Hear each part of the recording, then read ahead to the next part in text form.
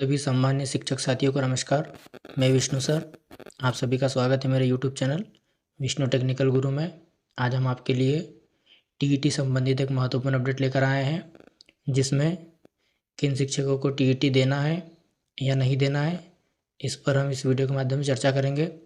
Video की शुरुआत करने से पहले आपसे हमारा रिक्वेस्ट है, जो भी हमारे नए साथी है वो हमारे चैनल को सब्सक्राइब अवश्य कर ले, ताकि आपको वीडियो की हर नोटिफिकेशन सबसे पहले प्राप्त हो सके। साथियों, 51 लाख शिक्षकों के लिए बड़ी खबर आई है, जिसमें टीईटी संबंधित महत्वपूर्ण अपडेट है। देश की सर्वोच्च अदालत ने शिक्षा क्षेत्र में एक ऐसा फैसला सुनाया है जिसने पूरे देश के शिक्षक समुदाय में खलबली मचा दी है। साथियों, सुप्रीम कोर्ट के इस ऐतिहासिक और चर्चित निर्णय के अनुसार देश के लगभग 51 लाख से अधिक शिक्षकों को अब टीईटी यानी शिक्षक पात्रता परीक्षा उत्तीर्ण करना अनिवार्य हो गया है। साथियों, यह आदेश उन सभी शिक्षकों पर लागू होगा जो प्राथमिक और उच्च प्राथमिक कक्षाओं में पढ़ाते हैं। न्यायालय ने यह भी स्पष्ट किया है, यदि शिक्षक इस परीक्षा को पास नहीं करते हैं तो उनकी नौकरी खतरे में पड़ सकती है। यह निर्णय न केवल शिक्षकों बल्कि पूरी शिक्षा व्यवस्था के लिए एक महत्वपूर्ण मोड़ साबित हो सकता है। साथियों, 51 लाख शिक्षकों के भविष्य पर अब प्रश्न चिन्ह उठने वाला है।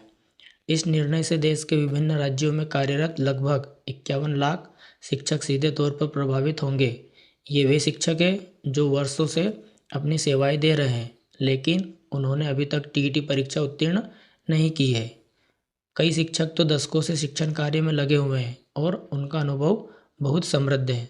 साथियों, लेकिन अब उन्हें अपनी योग्यता सिद्ध करने के लिए यह परीक्षा देनी होगी। यह स्थिति विशेष रूप से उन बुजुर्ग और अनुभवी शिक्षकों के लिए चुनौतीपूर्ण होगा जो लंबे समय से सेवानिवृत्ति के करीब है। उनके लिए इस उम्र में परीक्षा की तैयारी करना, उसमें सफल होना एक बड़ी चुनौती बन गया है। साथियों, कक्षा 1 से कक्षा 8 तक के शिक्षकों पर यह लागू होगा। सुप्रीम कोर्ट का यह आदेश विशेष रूप से उन शिक्षकों को पर लागू होता है जो कक्षा 1 से लेकर कक्षा 8 तक के छात्रों को पढ़ाते हैं। इसमें प्राथमिक विद्यालय के शिक्षक जो कक्षा 1 से 5 तक पढ़ाते हैं और उच्च प्राथमिक विद्यालय के शिक्षक जो कक्षा 6 से 8 तक पढ़ाते हैं, दोनों शामिल हैं। साथियों, न्यायालय का मानना है कि प्रारंभिक शिक्षा बच्चों के भविष्य की नींव होती है, इसलिए इस स्तर पर पढ़ाने वाले शिक्षकों का योग्य और प्रशिक्षित होना अत्यंत आवश्यक है। टीईटी परीक्षा इसी योग्यता को मापने का एक मानक तरीका है। साथियों, यह परीक्षा शिक्षकों की बाल मनोविज्ञान, शिक्षण विधियों और विषय ज्ञान की जांच करती है। अब साथियों, इसमें जो 5 वर्ष से कम सेवाकाल वालों को राहत मिलेगी। हालांकि सुप्रीम कोर्ट ने अपने फैसले में एक राहत भी दी है। जिन शिक्षकों की सेवानिवृत्ति में 5 साल से कम समय बचा है, उन्हें टीईटी परीक्षा देने से छूट दी गई है। साथियों, यह प्रावधान उन वरिष्ठ शिक्षकों के लिए राहत की बात है जो अपने करियर के अंतिम वर्षों में हैं, लेकिन इस छूट के साथ एक शर्त भी जुड़ी है कि ऐसे शिक्षकों को किसी भी प्रकार के प्रमोशन या पदोन्नति का लाभ नहीं मिलेगा। वे अपने वर्तमान पद पर ही सेवानिवृत्ति तक काम करते रहेंगे। साथियों, यह व्यवस्था एक तरफ जहां अनुभवी शिक्षकों को परीक्षा के तनाव से बचाती है, वहीं उनके करियर विकास को भी सीमित कर देती है। साथियों, सरकारी और गैर सरकारी स्कूलों पर इसका क्या असर पड़ने वाला है? इस निर्णय का प्रभाव केवल सरकारी स्कूलों तक सीमित नहीं है, बल्कि निजी गैर अल्पसंख्यक स्कूलों में काम करने वाले शिक्षकों पर भी समान रूप से लागू होगा। यानी जो शिक्षक प्राइवेट स्कूलों में पढ़ाते हैं, उन्हें भी टीईटी पास करना अनिवार्य होगा। हालांकि अल्पसंख्यक शिक्षण संस्थानों के मामले में कोर्ट ने विशेष विचार की आवश्यकता महसूस की है और इसे एक बड़ी पीठ के समक्ष रखा है।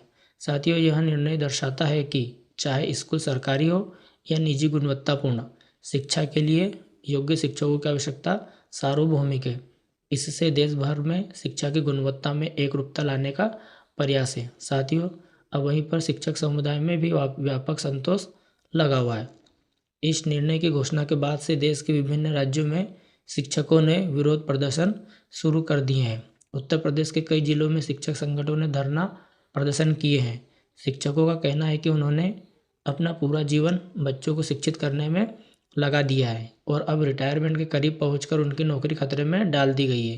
साथियों, कई अनुभवी शिक्षक इस बात से भी चिंतित है कि इतने वर्षों के अंतराल के बाद परीक्षा की तैयारी करना और उसमें सफल होना उनके लिए बहुत कठिन होगा। शिक्षक संघों ने सरकार से मांग की है कि वरिष्ठ और अनुभवी शिक्षकों के लिए विशेष छूट का प्रावधान किया जाए। साथियों, इसमें उच्च न्यायालय ने योग्यता पर कठोर रुख बताया है।